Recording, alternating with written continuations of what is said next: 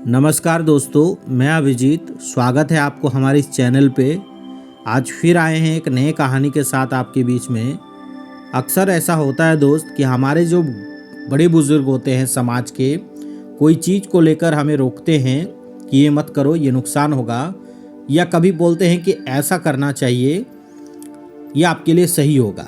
लेकिन हम लोग उनकी बात को नज़रअंदाज करते हैं। लेकिन हमें ऐसा नहीं करना चाहिए। बड़े बुजुर्ग कुछ भी कहते हैं तो उसके पीछे कुछ ना कुछ लॉजिक होता है। ऐसा क्यों? चलिए सुनते हैं कहानी। दोस्तों, एक राज्य होता है और उस राज्य में राजा के पास घोड़े का अस्तबल होता है। उस अस्तबल की देखरेख करने के लिए दो व्यक्ति रहते हैं वहाँ पे, हस्बैंड वाइफ, और वो दोनों घोड़े का अस्तबल का देखरेख करते हैं। साथ में वहाँ कुछ और मवेशियाँ भी होती है, जैसे बकरी और मुर्गी और भी चीज़ें। वो जो इलाका होता है अस्तबल, वो जंगल से एकदम सटा इलाका होता है और उस जंगल में काफ़ी सारे बंदरे भी रहते हैं। एक बूढ़ा बंदर एक पेड़ पे बैठा था और वो देख रहा है उस अस्तबल को और उस अस्तबल को देखरेख करने वाली औरत को। वो औरत अपने घर में कुछ खाना पका रही होती है। उसी समय बकरी आके उसके घर का कुछ अनाज खा जाती है और उस बकरी को खदेड़ने के लिए जो घर की औरत होती है, अस्तबल का देखरेख करने वाली, अपने चूल्हे की लकड़ी को निकालती है और फेंकती है बकरी की ओर। ये घटना उस बूढ़ा बंदर ने 2 दिन तक लगातार देखा। जब वो देखा कि लगातार ऐसा हो ही रहा है, कोई न कोई जानवर उसके घर घुस रहा है, कोई नुकसान कर रहा है अनाज का, और वो औरत गुस्से में लकड़ी फेंक रही है आग वाली। अगर ऐसा ही चलता रहे तो कुछ दिन बाद ऐसा भी घटना घट सकता है कि वो लकड़ी किसी पुआल में, फूस में जाके गिरे और घोड़े का अस्तबल में आग लग जाए और घोड़ा जल जाए। और अगर ऐसा होता है तो घोड़े का जला हुआ ठीक करने के लिए बंदर की जो चर्बी होती है वो बहुत इम्पोर्टेंट होती है, या रामबाण इलाज होती है। और ऐसा घटना अगर अनहोनी हो जाता है इस राज्य में, तो जरूर है कि राज्य का राजा ये आदेश दे देगा बंदरों को मारने का।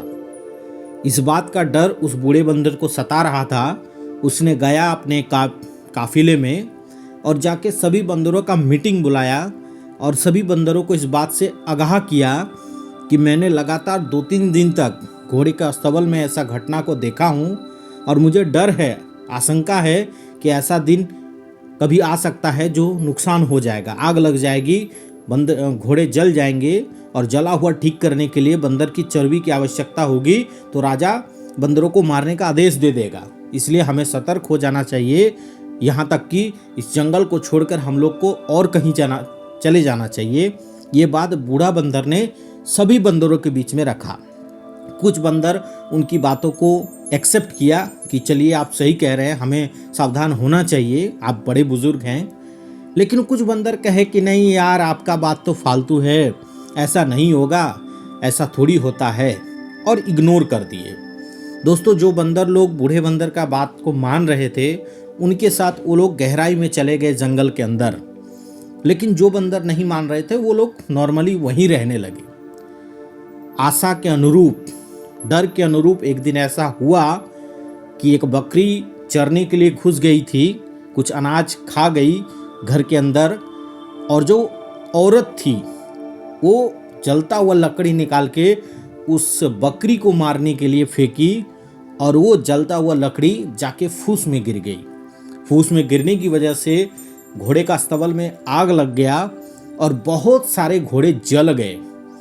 जब ये घटना का खबर राजा तक पहुंचा तो राजा ने वैद्य जी से पूछा कि इसका क्या इलाज हो सकता है। तो वैद्य जी ने बोला कि बंदर का जो चर्बी होता है वो बहुत अच्छा होता है घोड़े के जले हुए को ठीक करने के लिए। राजा ने आदेश दे दिया अपने सैनिकों को कि जाओ और बंदर को मार के उसका चर्बी निकाल के लाओ।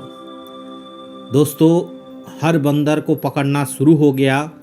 बड़े सारे बंदर पकड़े गए, बड़े सारे बंदर मार दिए गए, और उसी में से कुछ बंदर ऐसे हुए जो जान बचा के भागते भागते भागते उस जगह पे जहाँ पहुँचे जहाँ पे बूढ़ा बंदर कुछ लोगों को लेकर पहले ही आ चुके थे।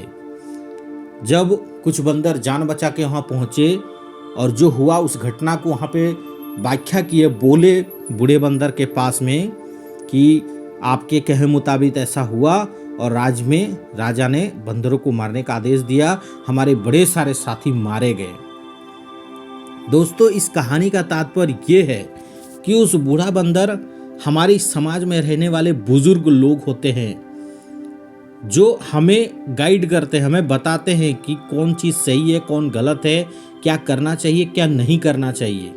अक्सर मॉडर्न सोच होने की वजह से हम लोग उनकी बातों को नज़रअंदाज करते हैं, जबकि हमें ये बात समझना चाहिए कि वो लोग हमारी इस दुनिया में हमसे पहले आए हैं। उन्हें 60 साल, 70 साल, 80 साल का तजुर्बा है।